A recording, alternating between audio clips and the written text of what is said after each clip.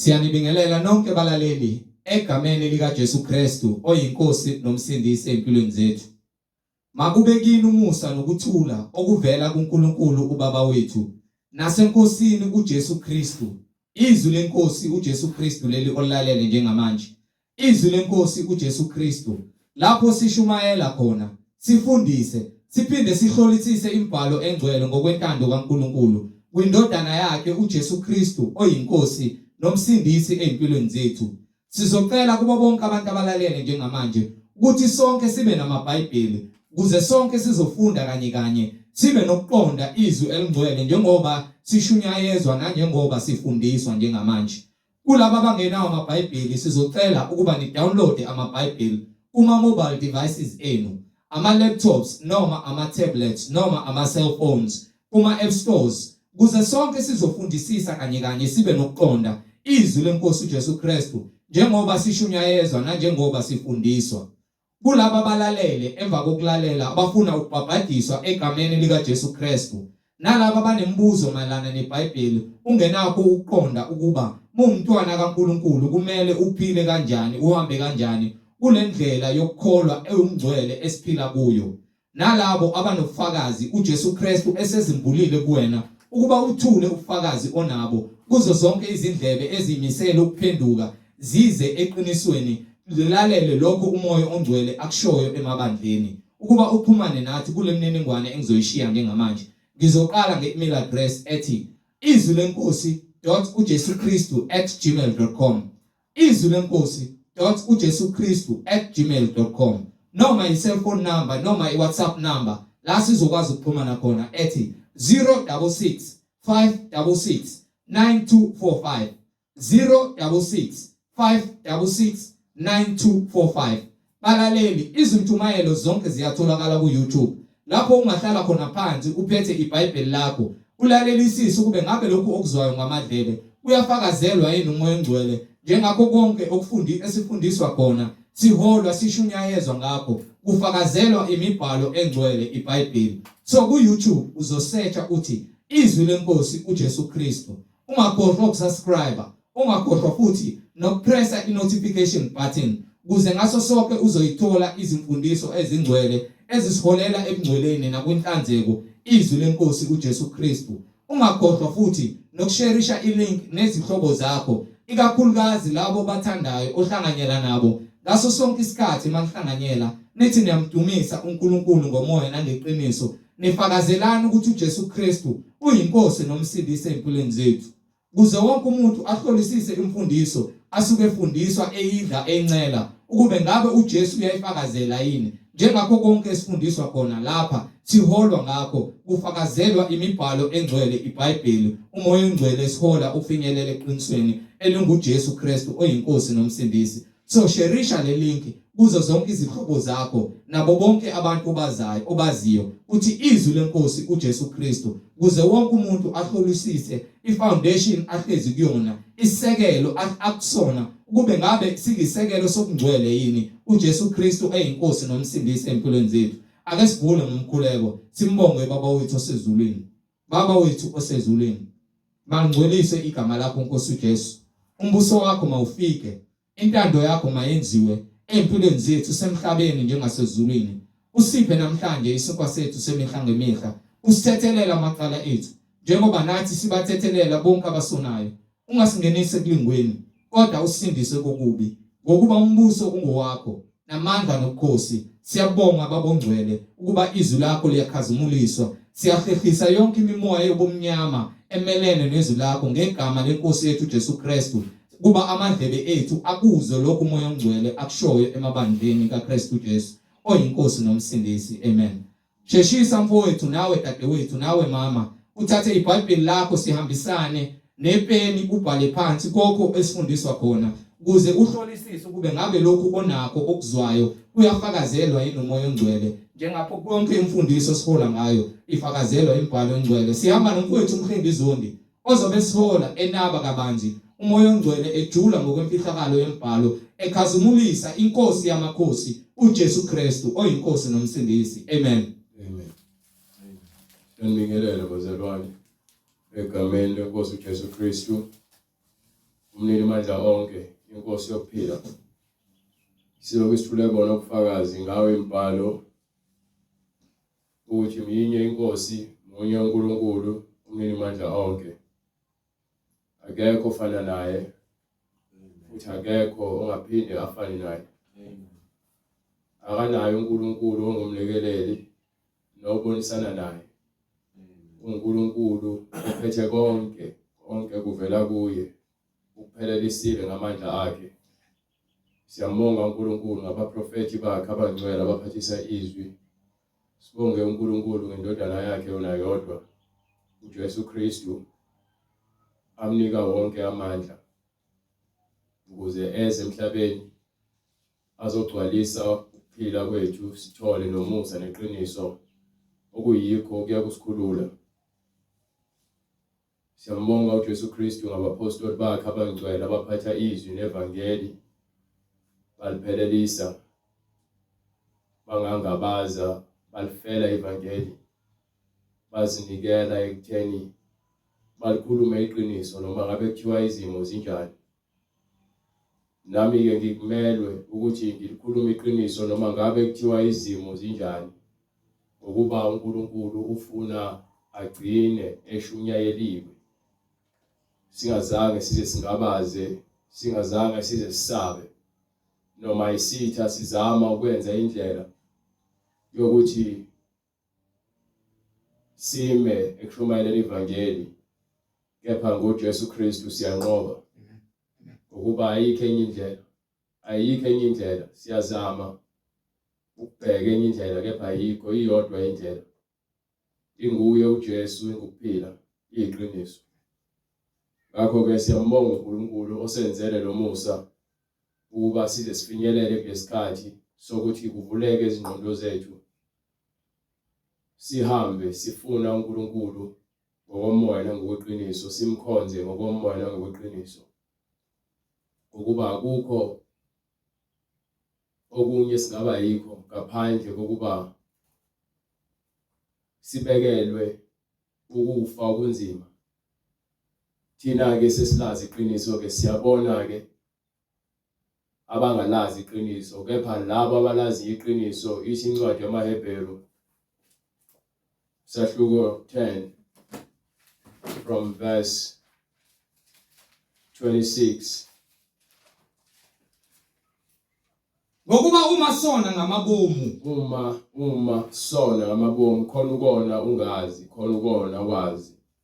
So uma ungazi usuke ungazi, kepha uma sowona ngamabomu usuke sowulazi iqiniso. Ngakho-ke incwadi yafakaza uthi uma sona ngamabomu, emva kokuba sesamukele ukwazi kweqiniso, emva kokuba sesilazi iqiniso, akusekho umnikelo ngezono, akusekho umnikelo uma ufela esonweni, kepha kuphela ukulindela okwesabekayo. So into esingabe uyilindele uma kuukuthi awuhlukani nesono, ucela intethelelo manje emhlabeni, so kunomlilo, ngeke kuze kuthiwe uzohamba uyokwahlulela njengabantu abangazange balazi iqiniso. Wena uzothatha uyofaka emlilweni ukuba usazile isahlulelo sikaNkulunkulu emhlabeni. Manje-ke akusekho sikhathi sokuthi kuphinde kunikwe nawe, kuqulwe nawe icala noma wahlulelwe ngezinto ozenzile ngonembeza wakho, ngoba usuyalazi iqiniso. So akusekho uphinde ukuthi kuqulwe icala lakho njengabo bonke abantu. Wena uphule umthetho uwazi. Akusekho-ke ukuthethelelwa mase kunjalo. Akusekho umnikelo ngezono, akusekho umnikelo ngezono. Kusho ukuthi-ke ngalesikhathi uMoses enikwa umthetho wemhlatshelo yezilwane ngokwesono nangokukuthula, lezo zilwane zazihlatshwa njalo, kepha manje ngeke kusenzeka ukuthi kuphinde kuhlatshwe izilwane njengoba uJesu ehlile ezulwini weze emhlabeni wazochithwa igazi lakhe ukuze akwazi ukuthi avulele thina indlela yentethelelo ngaphandle kwemihlatshelo yezilwane. Amen. Amen. So akusekho eminye imihlatshelo njengamanje sazokwenziwa. Uma wona ungafuni ukubuyela endaweni wena wone sowulazi iqiniso, akusekho mhlatshelo ezophinde futhi inikelelwe isono sakho. So uma ke ungafuni ukubuyela uNkulunkulu uzithobe uvume amacala akho, lokho kwenza ukuthi wena uhambe uyophoswa echibini lomlilo ukuba kuzobe ngasekho umhlatshelo nokuthi wena kuqulwe icala ukuba wone sowazi. Uma wona sewazi akusekho umhlatshelo ngezono zakho. Kepha kuphela ukulindela okwesabekayo. Kepha manje into esalele thina ukulindela okwesabekayo. Ukwahlulelwa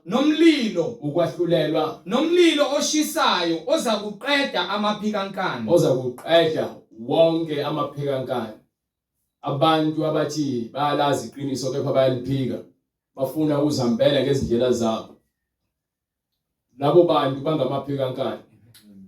Ngakho ke akusekho mhlatshelo, akusekho unikelwa kukaJesu futhi ngeke aze afe kaningi. Kepha uma uthi uyamazi uJesu, kepha ube uhlambalaza, wena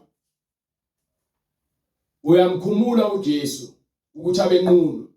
Isono senza ukuthi umuntu abe nqunu. Ingakho ngesikhathi uNkulunkulu edala uAdam noEve babehambaze bengaboni ukuthi banqunu, kepha mzukwane bonile babona ukuthi banqunu, kwasevuleka amehlo. So ukwenza isono sowulazi iqiniso, wena uyazihlambalaza, uhlambalaza noJesu. Uyamkhumula uJesu ukuthi ahambe nqunu kabusha, uyamethela phambi kwabantu, uyadelela. Ingakho ke sifanele ukuthi sisembathiswe ngeqiniso. Ukuba ithi incwadi yesambulo sahluko 3 from verse 16 to verse 19 or verse 21.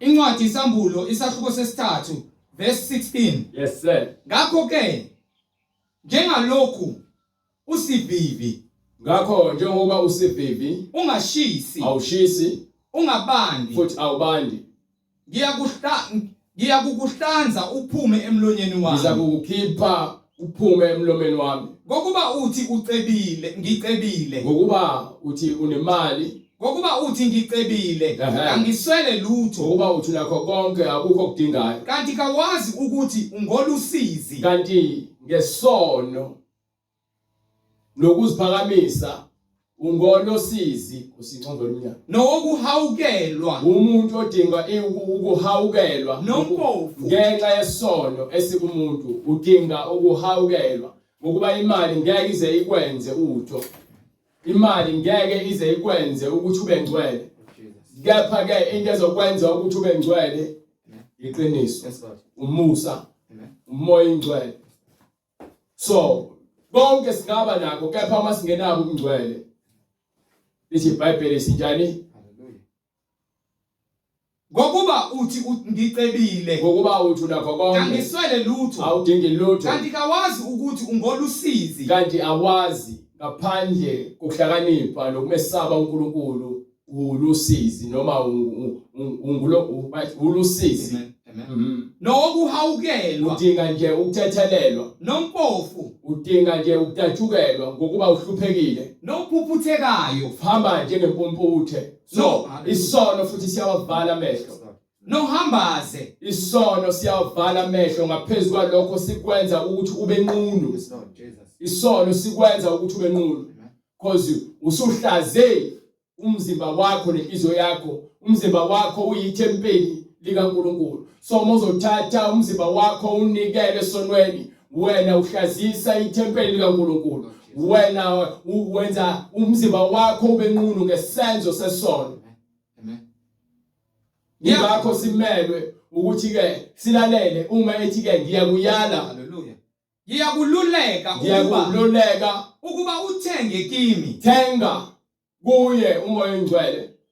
Igolide elihlanzwe ngomlilo ukuze ucebe. Thenga umoya oyingcwele, igolide elihlanzwe ngomlilo. So ngesikhathi uJesu efika emhlabeni, ufika uzogcwalisa amandla kaNkulunkulu ayekuyena.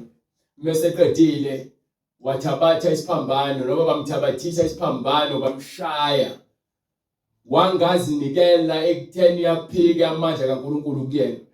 Walithwala ijoka kaze kwaba sekufeni, waze wathathwa emva kwalokho wahamba waye ekufeni. Ukufake kumlilo. Njengoba ehamba kuyahamba futhi uyesihogweni. Bazothi kazi kanjani kuya esihogweni. Uhamba uqobo lwakhe kuyena ngokuba uSathane akayitholanga indlela yokuthi amahluleke. So uJesu wahamba yena wayoshumayela kuyona yonke imoya eboshiwe esihogweni. Hallelujah. Nginika incwadi kaPeter. Ngithi sahluko incwadi yaPeter yokuqala. Sahluko 2 from verse 18. Amen. Mengeyona chapter 3 but awubheka chapter 2. Nina zinceku thobelani amakhosi. Awuhambe chapter 3 verse 18. Ngokuba naye uKristu wahlupheka kwaba kanye so uma kuthiwa siyakuhlolwa emlilweni njengegolide, okusho ukuthi fanele sidlule kuzona izihlupheko zasemhlabeni ezokwenza ukuthi thina sibekezelele lezo zihlupheko, singavumeli ukuwela nokuguqulwa lezo inhlupheko zilahlekise ubungcwele bethu. Ngokuba ke noJesu wadlula kukhona lokuhlupheka lokhu esikhona njengamanje. Ingakho incwadi ithi ke thenga kumina igolide elihloliwe emlilweni. So hamba wena uzinikele kumoya oyingcwele ozakunika amandla kamoya okunqoba isono. Umoya weqiniso uyakunqobisa isono. So uma ufuna ukunqoba isono ufanele uthenge igolide elihloliwe emlilweni. Uma ke igolide lakho lingahloliwe emlilweni ukuthi wena kwakufinyeleli kulesimo lesi. So ukuthi ufike ekupheleleni kamoya oyingcwele. Noma upheleliswe umoya oyingcwele. Akekho ozoziphelelisa yena. Sifanele ukupheleliswa umoya oyingcwele. Sifanele ukugeza sihlanzwe umoya oyingcwele.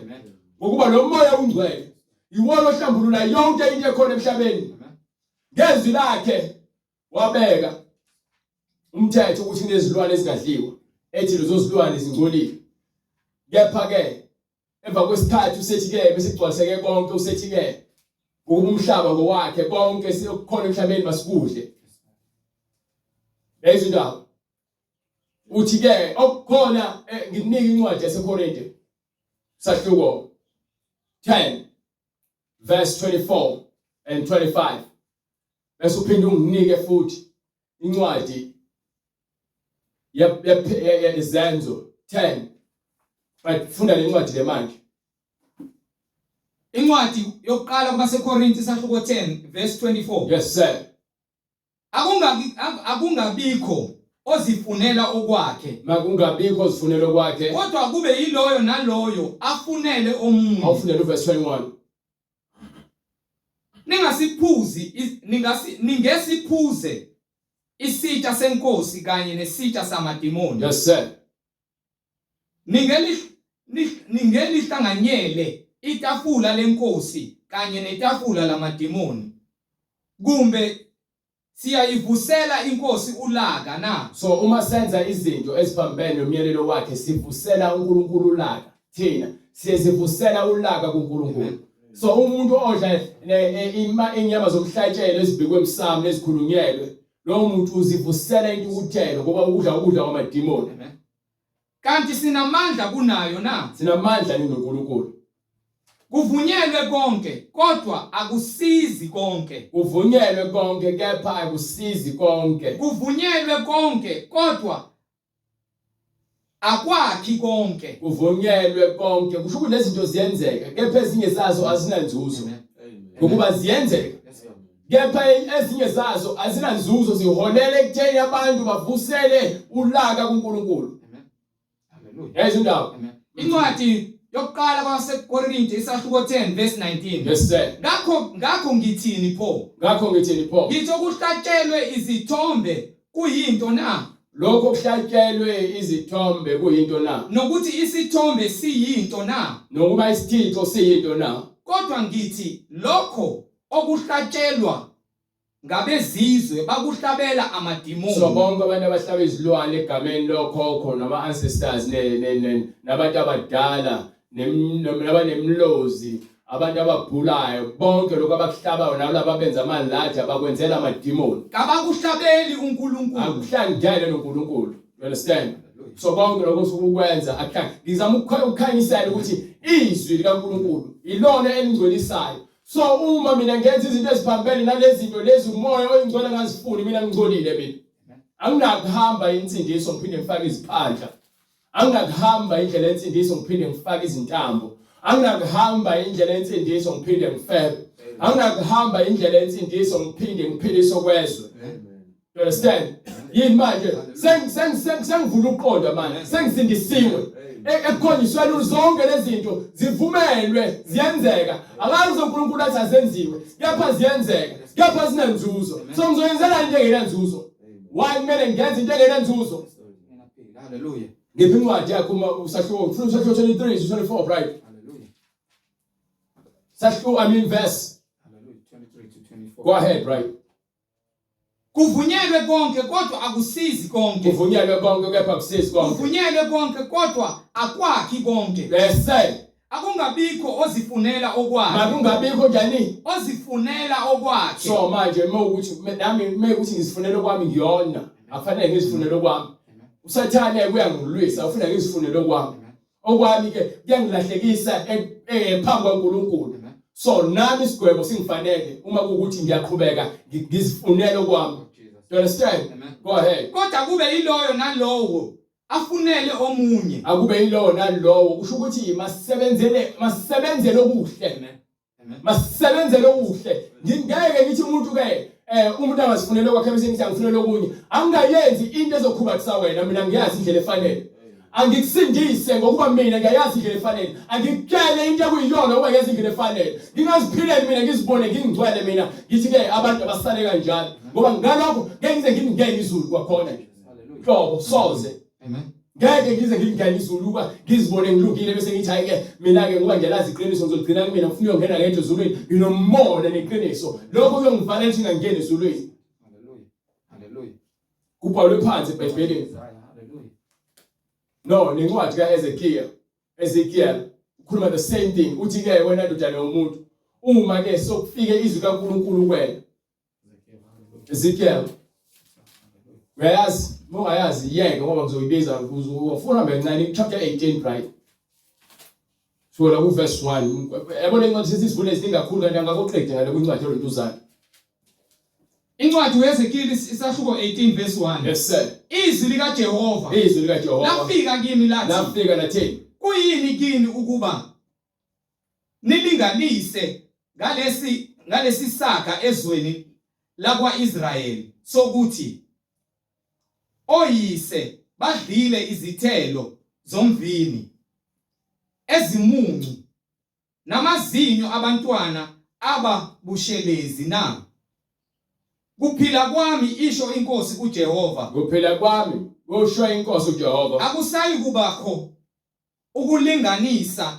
ngalesi saka kwaIsrayeli so manje bazophucwa loso saka kwaIsrael ngobani bheka yonke imphefumulo ingeyami ukuba yonke imphefumulo ingeyakhe umphefumulo kayise okayise nomphefumulo womntwana nowendodana ingeyami ingekaNkulunkulu umphefumulo owonayo kuyakufa umphefumulo owonayo kuyakufa yes sir kepha uma umuntu olungileyo enza ukwahlulela nokulunga uma umuntu olaziyo iqiniso olungileyo elenza alikhulume ahlulele ngokweqiniso engadli ezintabeni engabaleki neqiniso engaphakamisi amehlo akhe futhi engaziphakamisi ezithombeni zendlu yakwa-Israyeli engaziphakamisi amangaphakamisi amehlo akhe ekhonze izithombe ahlale kusisekelo seqiniso engangcolisi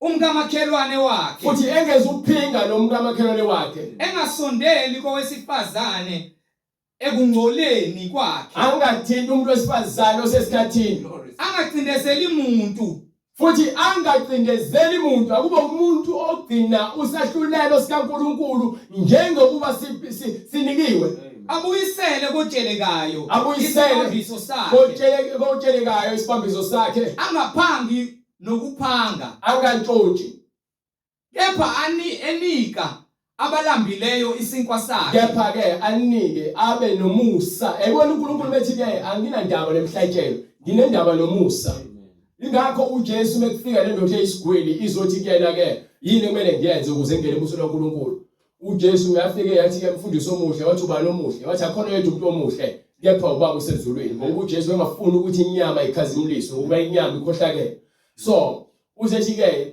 nazi izinto ekumele uzenze uyamtshela hlonipha ihlono nyoko ungaphingi ungabe umfazi wamanga ungabulali ungebi uthanda umakhaya njengoba uzithanda athi ngikwenze konke lokhu manje ukupho kungisilalela athi ke ambuke amthande bese athi ke hamba odayisa konke onakho wabele abahlwempu bese uyabuya uthatha isiphambano sakho ungilandele indoda ngoba yayicebile yayinomona yavele yajika inyukubele ebusweni ngenxa yokuthi ayifuni ukuba nomusa kwabanye abantu. You understand? The same thing eyenzeka kwindoda eyisicebi noLazarus. Lord Jesus, hallelujah. Indoda eyisicebi beyidlula umuntu ohluphekile esangweni ekhothwa izinja amanxeba ezilonda zakhe. Idla kamnandi gqoka kamnandi. So manje lencwadi ifakazela kwalo ukuthi uNkulunkulu ufuna abantu abanomusa. Awunandaba ukuthi mina ukholwa kangakanani uzokhuluma izilimi noma ukholwa uze utshela intaba ukuthi ayigudluke. Noma kuthiwa ukhuluma izilimi zengilosi uma ungenani uthando ithi iBhayibheli awinto yalutho. Uthando sibekela zonke izono. So ungakuthi ubona umuntu ehamba nqunu empahla bese uthi ke wena hayi ngeke. Ibe ngithi ngiyashumayela ngamane ngikunike kona lokuncane enginako ukuze ngiphelele lecala leli ezongilimaza ezongibulala ezongicindezela lomona ngokuba umona uyisono kuNkulunkulu. Embathisa abanqunu izindaba ambathise abanqunu izingubo enganiki ngenzalo angaphinde futhi atshelekisa imali elindele inzalo khulume ngomntwana kaNkulunkulu awunakubolekisa ngemali ububheka inzalo engamukeli inzuzo futhi ke awunakuthatha wena izipho kubantu imali yomgwazelo ebuyisa isandla sakhe ebubini buyisa isandla sakhe ebubini ungaluleli isandla sakhe ebubini but sigcine ngakuwena. Enza ukwahlulela okuqinisileyo phakathi komuntu nokwahlulele okuqinisileyo ukwahlulela okuqinisekileyo phakathi komuntu nomuntu. You understand? Go ahead. Ehamba ngezimiso zami ehamba ngezimiso zikaJehova agcine izahlulelo zami ukuba azenze fanele kuphela ngishumayele fanele ngizenze iqiniso fanele ngilawe ngimemezela fanele ngilenze le evangeli leli. Amen. You understand? Go ahead. Ehamba ngezimiso zami egcina izahlulelo zami ukuba enze iqiniso. Egcina izahlulelo zami ukuba enze iqiniso. Ulungile. Uyakuphila nokuphila. Isho inkosi uJehova manje.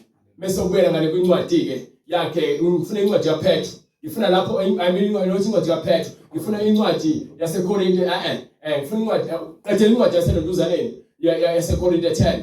Bese emva kwalokho uhambe uyongifundela incwadi yakhe uzenzo chapter 10 lapho khona uPeter ekhuleka phezukwendlu bese emva kwalokho ungibuyele uhambe incwadi kaPeter nakhona sahluko 3 incwadi yokuqala kaPeter sahluko 3 from verse incwadi yokuqala kwabaseKorinte 18 isahluko 10 verse 25. Yes sir. Konke kuthengiswa esilaheni. So manje uthi umoya engcwele ngezwi lakhe sikhuluma ngokuthi uNkulunkulu yena uyangcwelisa yonke into. Manje uthi ke konke okudayiswa esilaheni kudle So akukho nyama ozongitshela ukuthi ngidla inyama yenkulumo ngiyayidla. Ningahloli Understand? lutho. So manje ongitshela inyama yenkulumo afanele ngeke kuthiwa idlani konke kusesihlaheni. Konke kuthengiswa esihlaheni. Konke. Kudleni. Kudleni kusho bani moyingcwele. Ningahloli lutho. Ungaloku ubuza imibuzo eminingi. Ngenxa kanembeza. Ngenxa lembeza wakho. Yayizolo nto asikakuqedile. Ngokuba umhlaba. Ukuba umhlaba ungowenkosi. nani? Nakho konke okukuwo. So ngifuna ukukela lonke labantu ababeqaba manje ukuthi athina sidle pork ngoba kwathiwa ingulube asidle ingulube ngona kwathiwa ke ingcolile noma sidle ingulube ngoba uthi uJesu efaka amadimoni. Ziphi lezo zingulube zikhona namhlanje? Kuthi amadimoni ahlala ezingulubeni. Kuthi singene amadimoni. Kuthi wonke umuntu odla inyama yengulube unamadimoni. Yebo iBhayibheli lithi ke asidle konke okusesihlaheni. Phela ingulube ikhona esihlaheni. Bekuzoshiya ukuthi idlani konke nishiye ingulube. Manje wayengashongo kanjalo. Ngokuba incwadi izithi ke kwincwadi yamaRoma sahluko 14 verse 17 yagcwalisana futhi indaba le yokudla. uNkulunkulu uyangcwelisa, ungcwelisa abantu, ungcwelisa izilwane, ungcwelisa umhlaba, ungcwelisa konke okuphakathi, ungcwelisa amanzi. Amanzi angcwele ngaphandle ukuthi wena uzuthi uyabusisa zoba ngcwele. uNkulunkulu wadala yonke into ayibona ukuthi yinhle, lokho kuyisibusiso. Zonke izinto zibusisiwe phambi kaNkulunkulu. So ungitshela ukuthi wena ke usukwazi ukubusisa umuntu ukuthi athenge imoto. Incwadi kwabaseRoma isahluko 14 verse 17. Nokwazi ukubusisa amanzi onika umuntu ukuthi athele ngawo. Ayikho lo nto leyo. Asiyazi lo nto leyo. Hallelujah. Futhi soze. Amen, brother. Amen. Soze ngeke ubusise ngisho ikhandlela umnika umuntu nawo ukhayisa ngathandaze kulona. Lokho kwenza isithixo. Amen. Konke abadimoni moyenza njalo. Amen. Incwadi kwabaseRoma isahluko 14 verse 16. So akho umuntu manje ozothi uyabusisa into. Mesibonga bethiwe siyabusisa siyabonga uNkulunkulu. Amen.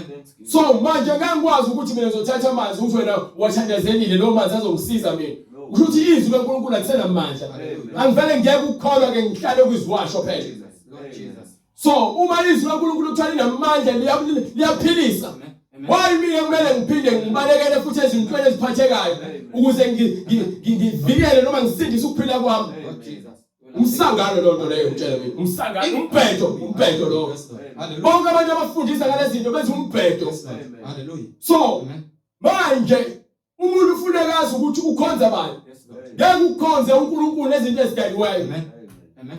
Uma uNkulunkulu wakho umlandele, bakholwa nje uSathane ihlala kuyena. Amen. Amen.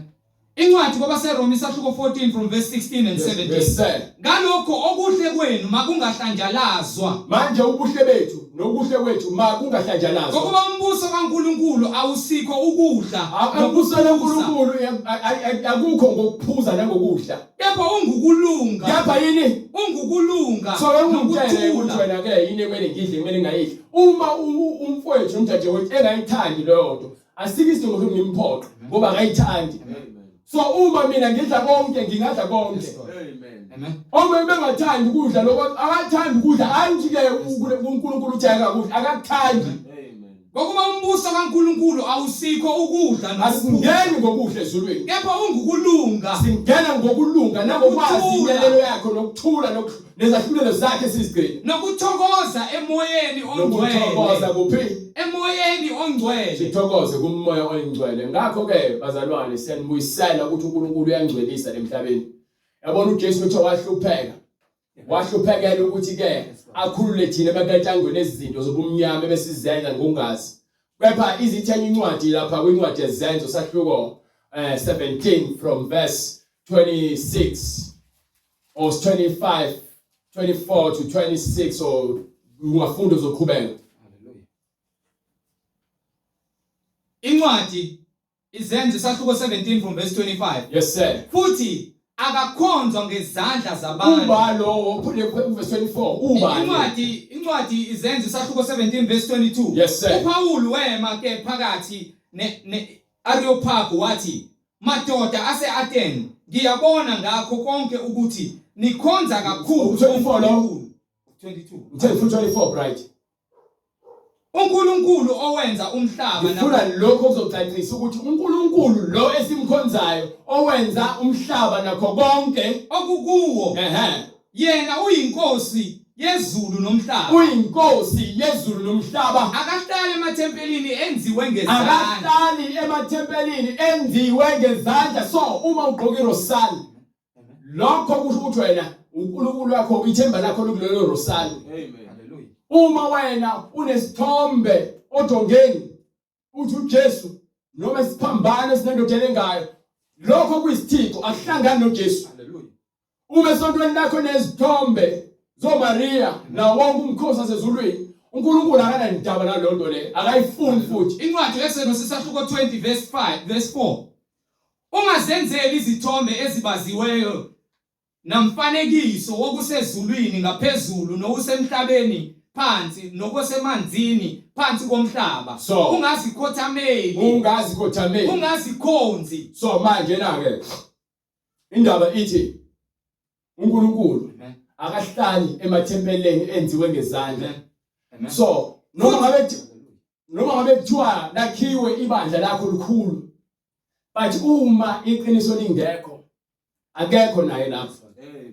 Angikhathali ukuthi ngabe ibandla lakho likhulu kangakanani uma lencwadi le ingazange ifundiswe ngendlela, uma kungahlulelwa ngalendlela ebhalwe laphansi akekho lapho. Ngisho ngathi ithempeli elikhulu nize nihlala phakathi nonke uNkulunkulu akahlali emathempeleni enziwe ngezandla.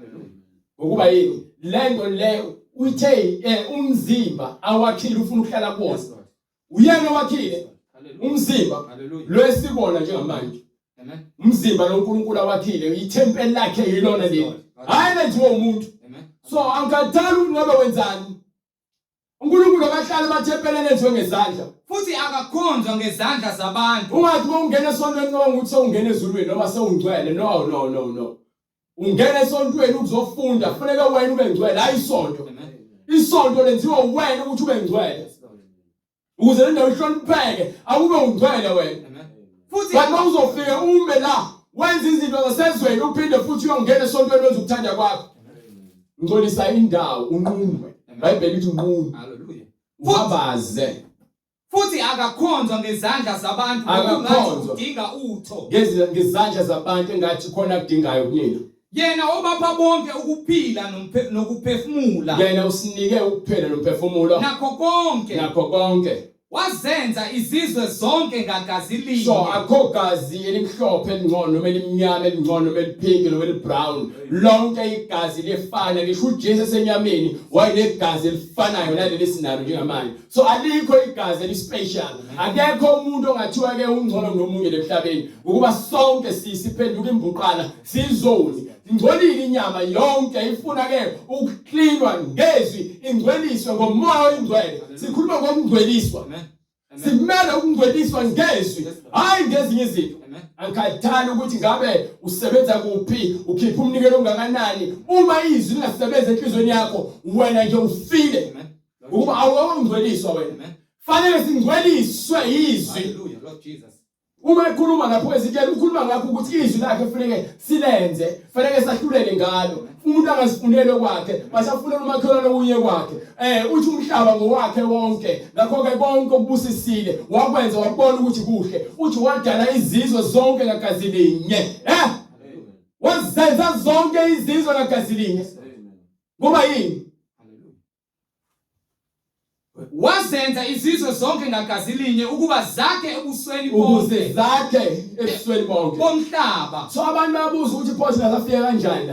Why kukhona belungu? Why kukhona amakhala? Why isidolo umhlaba? La ithi uNkulunkulu wazenza izizwe zonke ngagazi linye. So indaba isuka lapha engadini yase-Eden izifike kulelo ntuzana iBhabheli ngesikhathi sikaNimrod sebakha umbhoshongo uNkulunkulu wabahlakaza abantu abagcwalisa umhlaba. So uze ubone sisilana nje ngoba sisuka lapho nathi.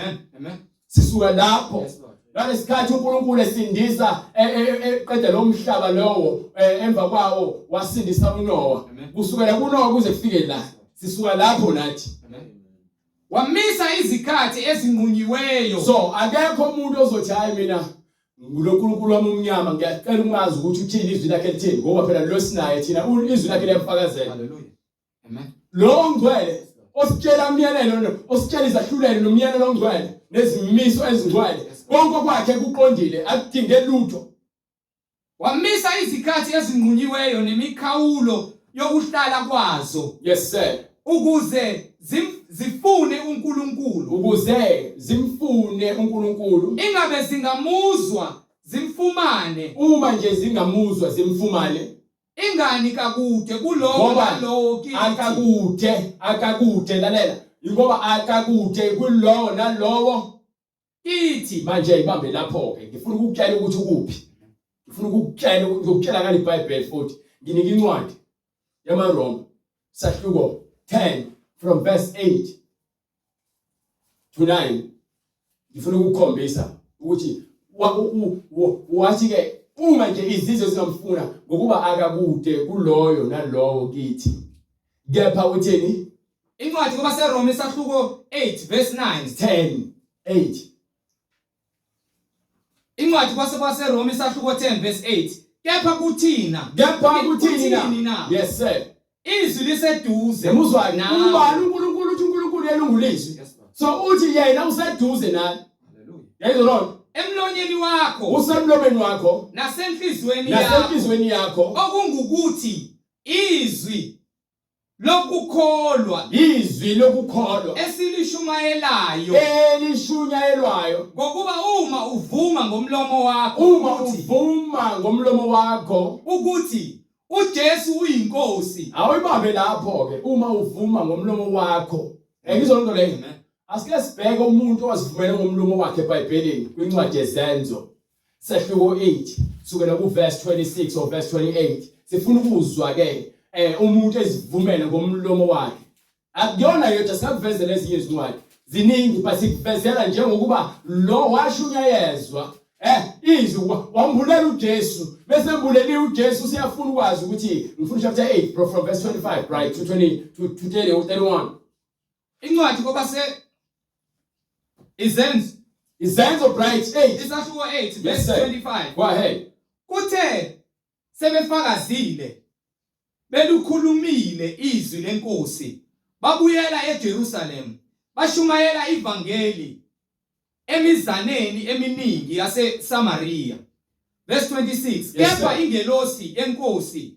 yakhuluma kuFilipi yathi suka uye ngaseningizimu endleleni ephuma eJerusalem ehlela eGaza yona iyihlane wayesesukuma wahamba bheka nansi indoda yaseEthiopia umthenwa isikhulu sikaKhandake inkosazana yaseEthiopia ibiphezu kwengcebo yayo yonke ibifikile eJerusalem iza kukhuleka ibisibuya ihlezi enqoleni yayo ifunda umprofeti uIsaya umoya wathi kuFilipi sondela unamathele kuleyo nqola so baningi abantu ababanjwe lo moya ubambele indoda umthetho baningi abaphatha amaBhayibheli bafunda iBhayibheli bathi ukuqonda kungekho bazi bahamba amasonto amanga ngenxa ukuthi ke uNkulunkulu abanayo baningi uFilipi wayesegijimela kuyo yes sir wayizwa ifunda umprofeti uIsaya wathi uyakuqonda kambe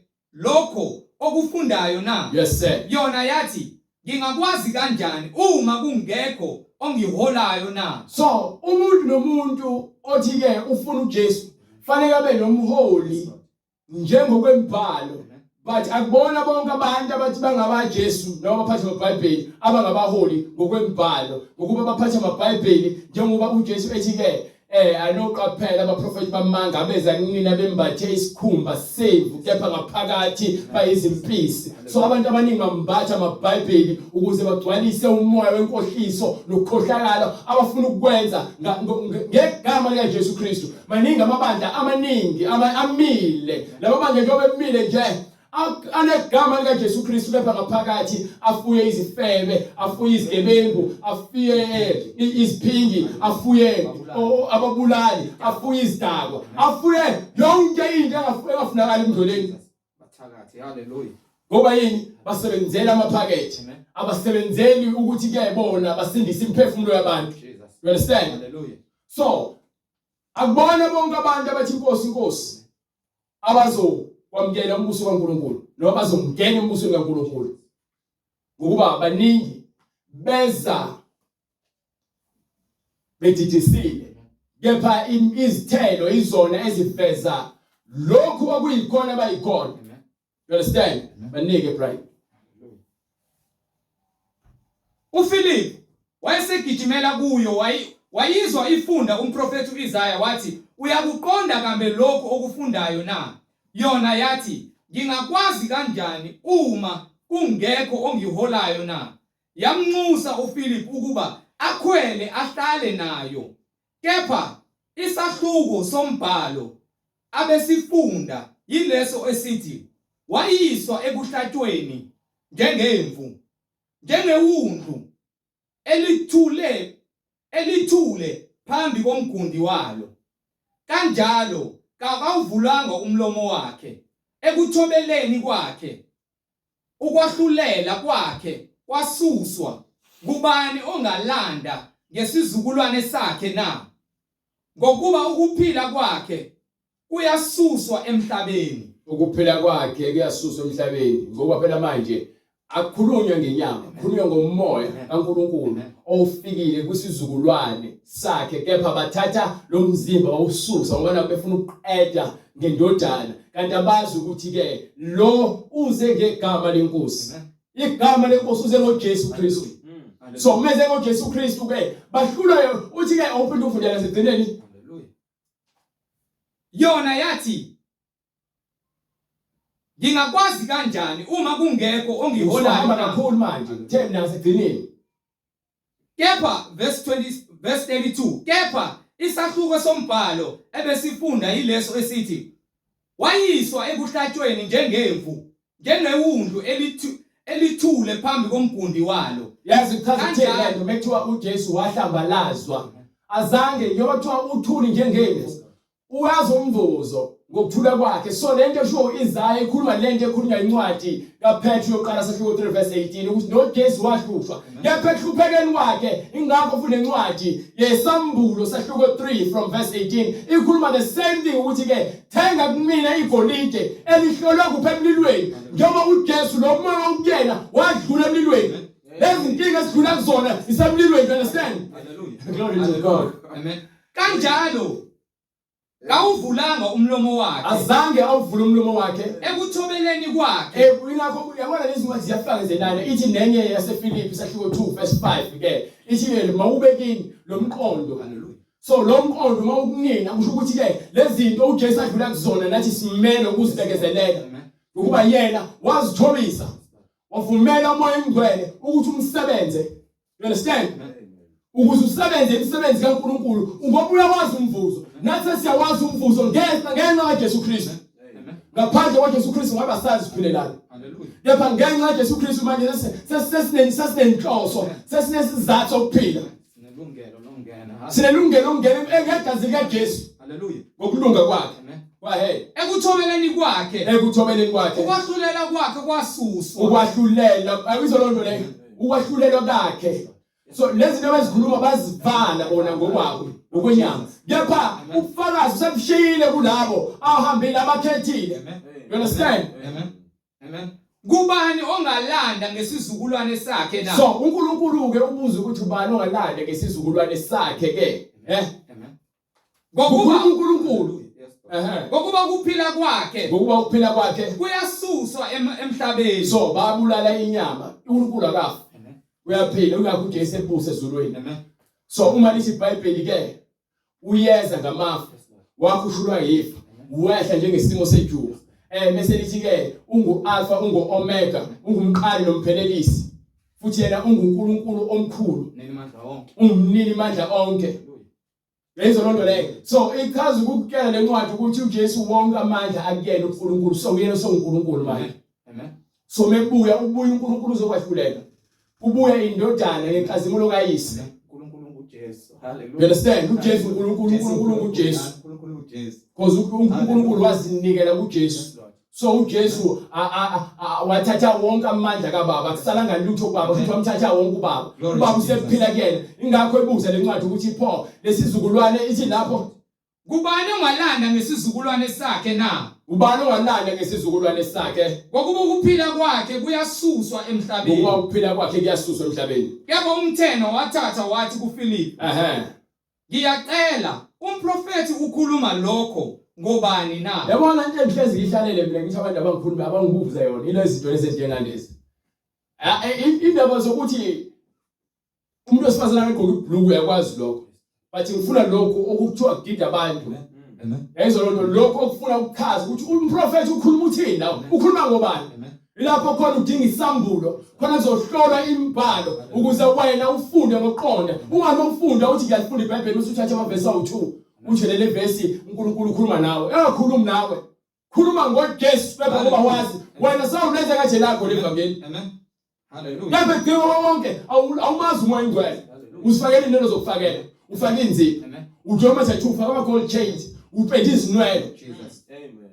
Uphile family comfortably. Jesus. Manje ngeke ungitshela ukuthi ngoba kubhalwe le verse ukuthi uNkulunkulu ukhuluma wena umntana kaNkulunkulu wena lalela akekho umuntu kaNkulunkulu ohlala esonweni. Yes Lord. Yes Lord. Hallelujah. Wonke umuntu onayo ngokaSathane. Amen. Wonke umuntu onayo ngokaSathane. Hallelujah. Until uzuvume uNkulunkulu ukuthi uyisole. uNkulunkulu akulungise banike bright. Hallelujah. Ngifuna uqedele incwadi ngifuna Uzisho yena noma omunye na. ngifuna ubavezela lento le ithi incwadi. Kwincwadi yezenzo 17 bese kuba incwadi yamaRoma sahluko 10 from verse 8 to 9 bese ke ubuye uzongifundela lencwadi le sengifuna manje izikhulumele yona ke manje izenzo 17 bengithi uverse 27. Hallelujah. Ukuze zimfune uNkulunkulu. Ukuze zimfune uNkulunkulu Ingabe zingamuzwa zimfumane. Uma nje zingalizwa izwi elishunyelwayo zimthola umoya ingcwele. Ingani kakude kulowo akakude kulowo nalowo kithi ngokuba siphila babe lapho ke ngokuba siphila sikhona sibuye kithi mase emva kwalokho ke unginike incwadi yamaRoma 10 Roman 10 verse 9 or 8 siveza ukuthi uma nje bengamfuna bangamfumana ngoba akakude bese sithi uba lungulizwi bese ithini incwadi uRoman 10 8 and 9. Kepha kuthini na? Yes sir. Izwi liseduze nawe. Izwi uNkulunkulu useduze nawe. Emlonyeni wakho. Usemlomeni wakho. Nasenhlizweni yakho. Okungukuthi izwi lokukholwa. Izwi lokukholwa. Esilishumayelayo. Esibambe lapho. Izwi lokukholwa elishunyelwayo. Yonke into ofanele ifundiswe ishunyayelwe. Manje ke ngale uPhilip usehlangene nomthelo. Useze kuyena uthume umoya ingcwele ukuthi azomfundisa amshumayeze ukuze ezokhona ngokuba izwi alikude vele useqalile ukufunda iBhayibheli. You understand? Njengoba ufunda iBhayibheli abaqondi into ayifundayo udinga umuntu ozomsiza amvule uqonda. You understand? So manje ingakho ke lana ke incwadi bese ethi umthelo ke ngizokwazi kanjani ngekho umuntu ozofundisa bese athini? Kepha umthena wathatha wathi kuPhilip ngiyacela umprofeti ukukhuluma lokhu ngobani na. Yes sir. Uzisho yena noma omunye na. Yes sir. uPhilip wavula umlomo. Wavula umlomo wakhe waqala kulowo mbhalo washumayela ivangeli ngoJesu. Washumayela ivangeli ngoJesu. Washumayela ivangeli ngoJesu. Yes sir. Wathi sebehamba endleleni. Lalelake useshumayelile manje ivangeli ngoJesu. Nako ke sebehamba manje endleleni. Wafika emanzini. Wayese sitsheliwe ukuthi ke ubethini? Bafika emanzini. Sitsheliwe yini ukuthi ubethini uPhilip? Kepha uqale kulowo mbhalo wayeseshumayela abani uJesu. So manje lo usezwile ngoJesu. Sefikelelile eqinisweni. Izwi selifikile kuyena. Walamngena useyakholwa manje. You understand? Usefike ngasemanzini uthini? Umthena wathi, "Bheka, nanka amanzi. Kwalani ukuba ngibaphathizwe na?" Yila ngivimba ukuthi ngingene emanzini. uPhilip wathi kuye, "Uma ukholwa ngenhliziyo yonke kungenziwa." Ibambe la. Ibambe la. Awunginike incwadi yamaRoma sahluko 10:17. Awuqale from verse 13 khona ngizothi 13 to 17. Ngifuna ukukhombisa ukuthi ivangeli liyashunyayelwa kodwa ashunyayela nombani ivangeli. Ngifuna ukutshela nonke labashumayeli, nonke nashumayela yathanda ukushumayela. Fanele umazi umoya ingcwele ukuze ukhulume ngaye. Amen. Fanele umazi uJesu ukuthi ubani ukuze ukwazi ukumshumayela. Hallelujah. Nijaha lezinto lezi ezongichaza nabantu bese nijaha ngishumayela iqiniso kanti angikwazi ukumbambula uKristu. Yes Lord Jesus. khona umehluko phakathi kokufundisa nokushumayela mina ngikwenza konke ukuze kugcwaliseke konke angikhoshi ngalokho angithobi futhi ngalokho ngikutshela into ekumele siyenze lo nto ukuze uyenze wena fanele uzinike isikhathi nomoya ingcwele umnike indawo ukuthi angene enhlizweni yakho asebenze azambule yena qobo lwakhe umazi ukuze ukukhuluma nomunye umuntu ungalucabangi ukuthi uzothini ngoba uyena uzokutshela ukuthi lo wakhuluma ngakho kulapha ya amen oh la wakhuluma ngakho kulapha ya amen so wena wenza hamba uyothatha yes lord asisele hallelujah khombisi nanje amen nanje muqa phezulu komuqa hallelujah precept upon precept umoya ngwayo omnikayo so abantu abaningi bayathanda ukushumayela bayathanda ukuphikisana bayathanda ukulwa ngeBhayibheli bayathanda ukuthuka ngeBhayibheli iBhayibheli elokusindisa imphefumulo iBhayibheli lokukhulula abantu ababoshiwe iBhayibheli lokuvula umlomo iBhayibheli lokuvula amadlebe iBhayibheli lokuvula uqondo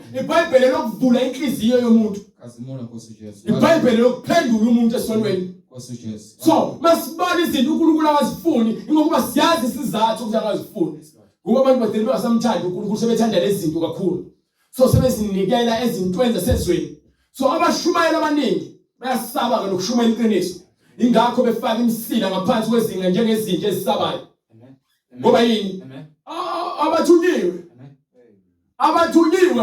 abaprofeti bamanga omagejegeje ohlambe abathunyiwe omboshiri yobani omboro abathunyiwe pastor Zondo bezofakazela ngokweBhayibheli bezofakaza ngokweBhayibheli yonke into ngoba akekho umprofeti umuntu ngamanzi akekho umprofeti umuntu ngeswasha akekho umprofeti umuntu wamakhandlela akekho noyedwa so lokho nithathela akekho umprofeti oyetshela abantu ukuthi abantu abahlale ezonweni zabo uNkulunkulu ubanika umusa usathane kuphela ngakwensalo yonke noma umuntu othi uyosathana kazimula Nkosi Ujesu hallelujah so mawufuna ukufundisa ngeBhayibheli fune umazi umuntu oyingcwele ngoba sesikubuza sifuna ukungena enyameni uqhasuka uthuka inhlamba ngoba kusho ukuthi vele wena usetshenziswa uSathane ngoba lo onikiwe uzosambulela nje okwembhali mawunenkinga ungakwazi zehlise ubuze uzofundiswa hlala phansi hallelujah ayibizi lento le mahala you understand amen incwadi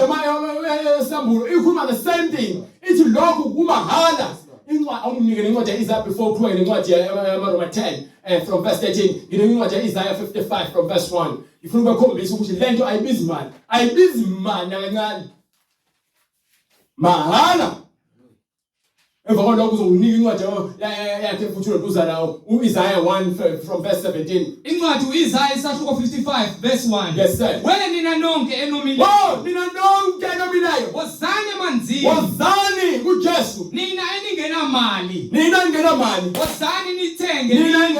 wozani uzothenga nidle wozani nithenge ngaphandle kwemali eyizolanda imahala lento le ayikhokhelo imahala awukhokhi lutho yebo iwayini nobisi hallelujah iwayini nobisi kungabizwa lutho akubizwa mali akubizi imali kumahala you understand ichithelani imali wayimoshi imali nilandela abafundisi bamanga nibakhokheli bambe ngemoto ezibizayo kepha bebekanike ukulunga kukho okungesikho isinkwa nihambe nikhokhela yonke into le nenzuzo yenu okunganelisiyo na yes sir inzuzo yenu kulokho okungenelisi so lemfundiso yenu iyizithi iBhayibheli ke bafunda nomphelo kepha basoze bafikelele eqinisweni kuwela ngale kwincwadi yakho lontuzana uIsaiah 1:17 and 18 bese siyahamba sikwela kwincwadi yaMaroma bese siyofana kwincwadi yaRevelation or isambulo or uphinde uhambe umnika incwadi yaqala kaPeter sahluko 3 from verse 18 ngoba iqale lapha indaba amen incwadi uIsaiah isahluko sokuqala verse 17 yes sir fundani ukwenza okuhle nifune ukwahlulela niqondise uyapha esontweni lapho khona kungekho ukwahlulela kwaNkulunkulu okulungileyo uyaphi uhlalela ifuna khona sozula iqiniso siyakutshela iqiniso ngembhalo kepha still wena usagola uzudefend umfundisi wakho uzokhona lesihogwe nje amen niqondise abacindezeli siqondise bonke abantu abacindezelayo abaqasha emsebenzini siyabaqondisa ngezi bangarobha abantu bangathathi imali zabantu bangafuna ukukhokhela abantu emsebenzini nahlulele izintandane nalabo abangenakho okuhle sithi ke nabo kumele banakekelwe nimeme abafelokazi nalabo abangenamadoda sithabenze emngcweleni Sisabeze bezophilela uJesu. You understand? Ungalo kufuna namadoda, indoda ngeke izifake ezulwini. uNkulunkulu yokunika indoda efanele. So asiphile thina ukuthi ke abantu uze esontweni wena uzofuna indoda, uzofuna umfazi. Akuyona into ezele esontweni. uNkulunkulu uyakunika ngoba uyazidinga, kepha ke into oqala efunayo ukwahlulela okulungile okuzokuhlukanisa nayo yonke imikhuba yakhe emibi. Siza ngalo ukuthetha ingane yabantu abe ihluphekisa lapha. Futhi uyishaya uyithethisa ungakwazi ukuphatha umfazi. Siza ngalo ujahuba nendoda uze lesontweni uma nendoda kepha ukwazi ukuziphatha kahle. Jesus. Inga esimilo. Hallelujah. Bible lifuna abantu baqale bazi uNkulunkulu khona bezokwazi ukuthi ke bahambisane bonke bese behamba ngokumesaba uNkulunkulu. Futhi uqede lapho bese uyahamba. Incwadi izenzi sahluko 8 verse 36. Yes sir. Kwathi besahamba endleleni bafika emanzini. Hayi bo bright. Umthelo wathi ithe incwadi Isaiah 1:18 awakufiki 18. Incwadi Isaiah 1 isahluko 18. So Wozani ke ngalaba abahleli emasontweni amanga nalabo abahlezi esonweni uthi umbhalo wozani ke sithethe indaba asike sixoxe njalo kusho uJehova. Noma izono zenu zibomvu kakhulu. Noma ngabe izono zenu ziningi kangakanani ziyakuba mhlophe njengekho. uthi uyakuzigeza azisule ube msulwa. Noma zibomvu njengobubende. Noma ngabe kuthiwa ziningi ngendlela emangalisayo ziyakuba njengobuboya bemvu. uthi uyakuzigeza izono. Ngithembile uNkulunkulu uyangcwelisa mina. Ngithemba uNkulunkulu ungcwele. Yena ulethe ukungcwele kuthina. Thina fanele size sizovuma ukungcola kwethu. Sizovuma ukungalungi kwethu ukuze uNkulunkulu akwazi ukusingcwelisa. Lokho akudingi iziwasho nezimbuzi namagusha nezinkomo ukuze sihlatshwe. Selihlatshiwe iwundlu. La nikelelo umnqamlezweni. Manje ngoJesu silashiwe nangemvimbo yakhe futhi silashiwe. Hallelujah. So njengamanje ke uma ufuna insindiso woza kuNkulunkulu mahala awudinge ukukhipha lutho. Amen. Uma nivuma, uma nje uzovuma izono zakho, nilalela, you understand, niyakudla okuhle kwezwe, niyathola ukuphila okuphakade. Kepha uma nala nihlubuka, niqhubeka nokuhlubuka, niyakudliwa yinkemba, niyakudliwa isahlulelo sikaNkulunkulu, ukuthela kwaNkulunkulu. Ngokuba umlomo kaJehova ukhulumile. uNkulunkulu seqedile. Hamba ke kwincwadi manje yezenzo sesikhombisa ukuthi ngokukholwa indoda yathi besibona amanzi yathini. Bafika emanzini umtheno wathi, yes, bheka nanka amanzi. Kwalani ukuba ngibhabhathizwe? Yini ezonqaba ukuthi ngibhabhathiswe mina na? uPhilip wathi kuye, wathela uJesu, uma ukholwa ngenhliziyo yonke kungenzeka. Waphendula wathi, watheni? Ngiyakholwa ukuthi uJesu Kristu uyindodana kaNkulunkulu. Wala ukuba inqola ime. So uthi uyakholwa uyabuza uthini? Fanele ambulwe uKristu kuwena. Kepha manje incwadi yabuza ke kwincwadi yamaRoma sahluko 10 from verse 13 to 17. Iyabuza incwadi ukuthi ke iqale ithi ufunda from verse 10 from 13 to 17. Chapter 10. Hallelujah. Incwadi kwabaseRoma isahluko 10 verse 13. Yes, ngokuba bonke abayakukhuleka egameni lenkosi bayakusindiswa. Bonke abantu njengomthelo osekhuleka evuma igama lenkosi uJesu Kristu uyasindiswa. Kepha bayakukhuleka kanjani? Kepha ke abantu abangamazi uJesu njengoba umthelo njengamazi uJesu uthi bayakukhuleka kanjani kuye abangakholwanga nguye na? Yayizo lonto leyo. Khona abantu abavuma uJesu ngendlela engafanele kuthiwa baphakamisa izandla bamukela uJesu. Kuthiwa ke bafafaza ngamaji kuthiwa bamukela uJesu. Kuthiwa banike basho umthandazo wezoni bamukela uJesu. Kepha ke iBhayibheli lisho phambene ukukholwa ukuthi ivesi mawufunda lapho uverse 17 iqala. Hallelujah.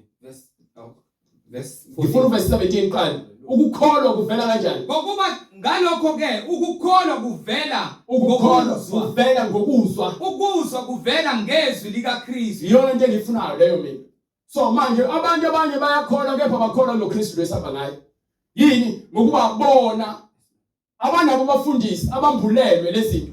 So lokho kwenza ukuthi bona bakholwe ngendlela engafanele. Lezo lonto qhubeka ufunde uverse 14. Kepha bayakukhuleka kanjani? Sokhuleka kanjani kuJesu ngamazi? Bengakholwanga nguye futhi ungazange ukholwe iqiniso. Bayakukholwa kanjani abangezwanga ngaye na? Uma ungazange uzwe ngoKristu ngeke uzukholwe. Bayakuzwa kanjani kungekho oshumayelayo na. So uma kungekho abantu abashumayelayo kukhona nje abantu abavuka bafukamele ama-pulpit nezihlalo eziphezulu emasontweni bafukamele nje ukuthi badle imali yenu basebenzele imali. Nina ngeke enze nifinyelele eqinisweni ngoba bashumayela iqiniso. You understand? Bayakushumayela kanjani uma bengathunywanga na? Bayoshumayela kanjani? Ushumayela kanjani ungathunywanga? Ushumayela kanjani ungathunywanga? Yini oyishumayelayo? Uthini? Njengokulotshiweyo ukuthi ngoba kubhalwe phansi kuthiwa ke yeka zindle izinyawo zabashumayela izindaba ezinhle. Zabashumayela izindaba enjani? Yeka zindle izinyawo zabashumayela izindaba ezinhle. Abashumayela izindaba ezinhle.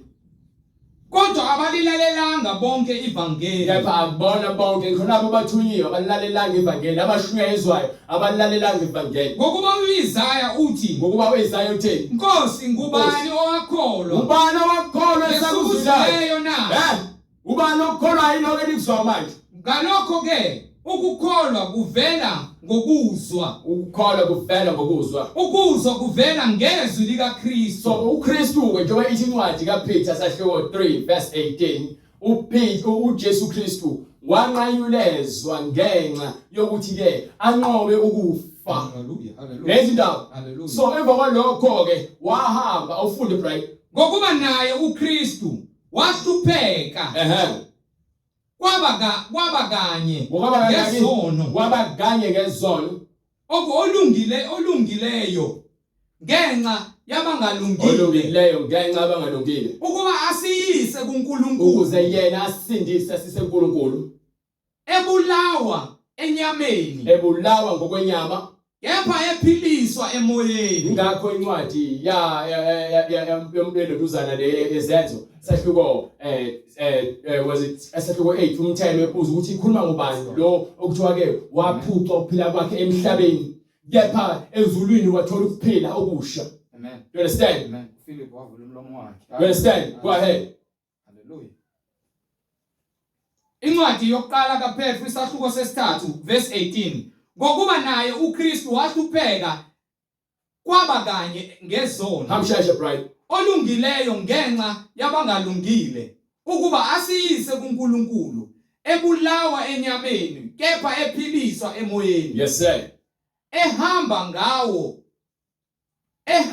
ngawo ukushumayeza umoya. Ufuna umuntu uzizwe nawe. Ehamba ngawo ukushumayeza omoya abasekuboshweni. Wahamba uJesu wahamba woshumayeza omoya ababeboshiwe kuphi?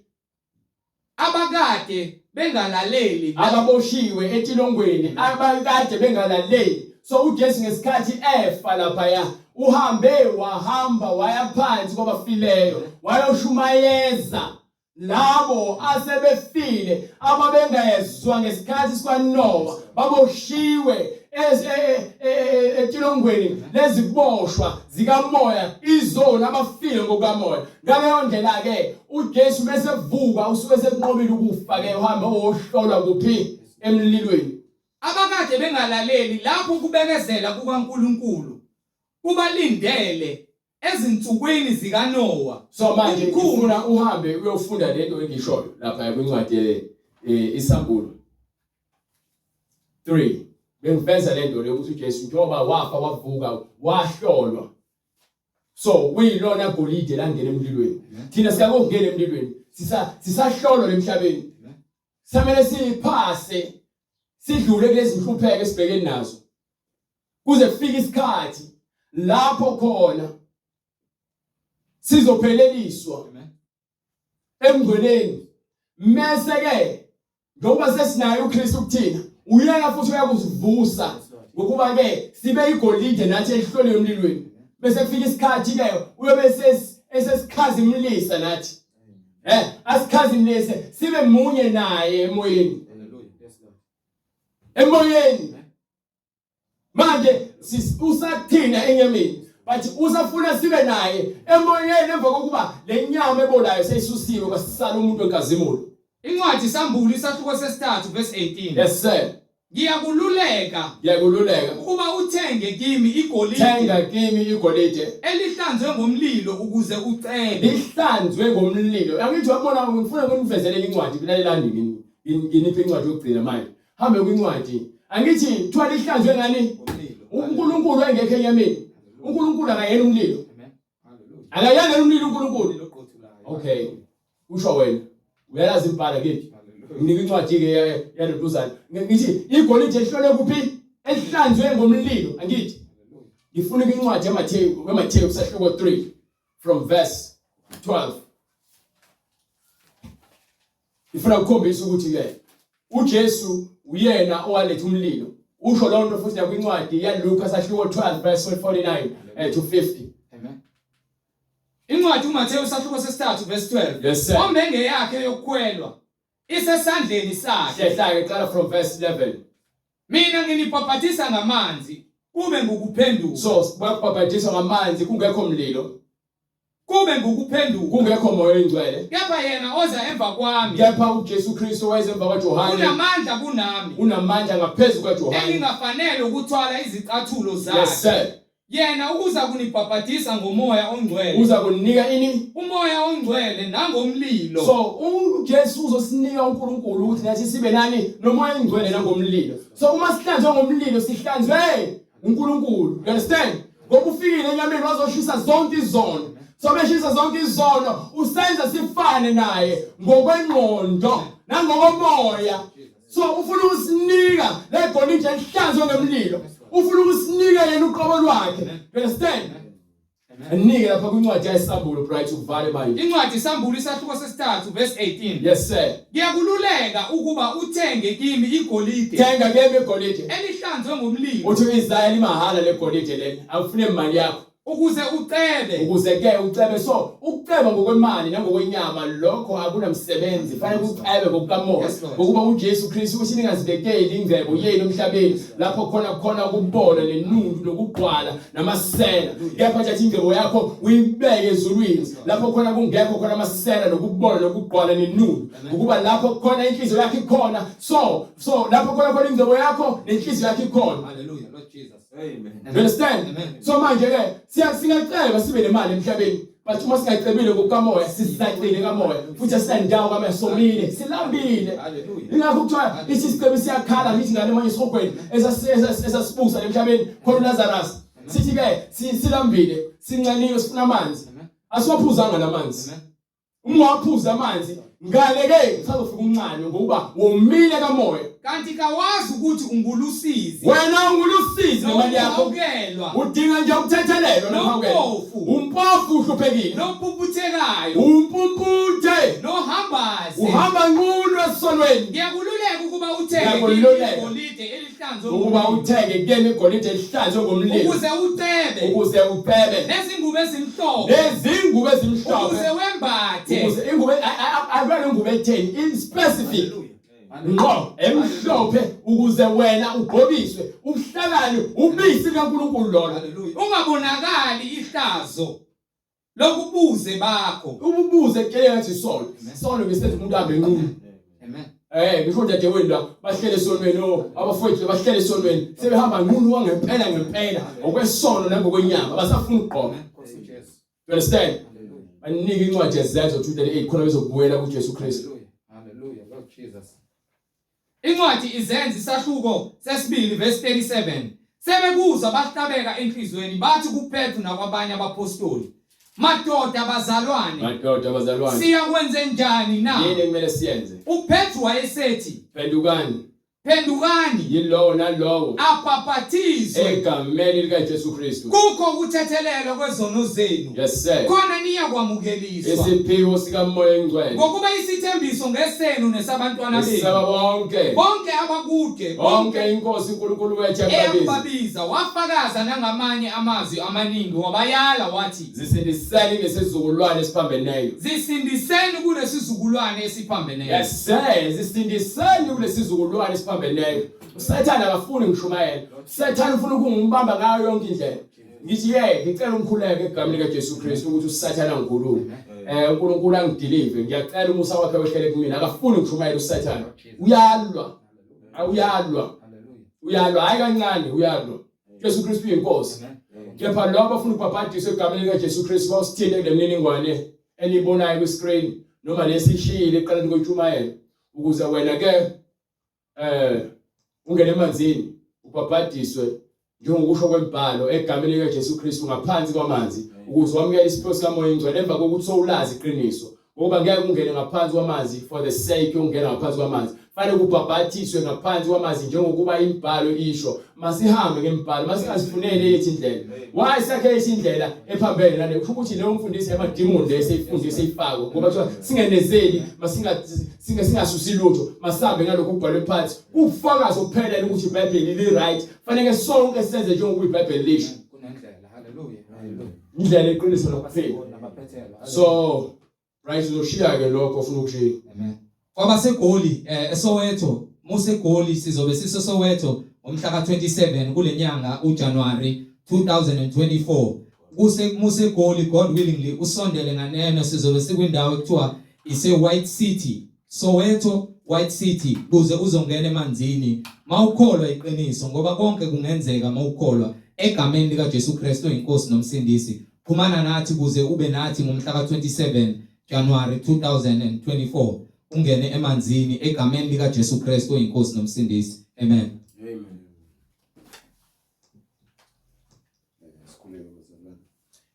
Jehova uNkulunkulu oyingcwele Jesu Kristu waseNazaretha siyabonga uNkulunkulu oyingcwele mdalo wezulu nomhlaba ngokusipha ukuphila uNkulunkulu mdalo wezulu nomhlaba ukuba sishumayele uNkulunkulu izwi lakho Jehova oyingcwele siyacela uNkulunkulu kube uwe Jehova oyingcwele olithumelayo izwi lakho kube uwe uNkulunkulu olenza lihambe uNkulunkulu ama-nations Jehova oyingcwele indawo ngokuhluka lifike inhlizweni zabantu uNkulunkulu ngokuhluka kwabo siyacela kuwe Jesu Kristu waseNazaretha libathinte uNkulunkulu nothando izwi abantu baphenduke ezonweni zabo ngegama lenkosi yethu Jesu Kristu siyacela uNkulunkulu mdalo wezulu nomhlaba ubenze abantu bakulambele uNkulunkulu namandla bakufune uNkulunkulu la ungakhona Jehova oyingcwele kube uwe uNkulunkulu mdalo wezulu nomhlaba ubenza baxhumane uNkulunkulu nathi Jehova oyingcwele ukuze bazolazi izwi lakho usiphe uNkulunkulu ukuhlakana Jehova oyingcwele uNkulunkulu nomusa njengoba wapha uSolomon uNkulunkulu nomusa ukuba naye Jehova oyingcwele ambulela abantu bakho uNkulunkulu imfihlakalo siyacela nathi uNkulunkulu nomusa usiphe ukuqonda nokuhlakana uNkulunkulu nomusa mdalo wezulu nomhlaba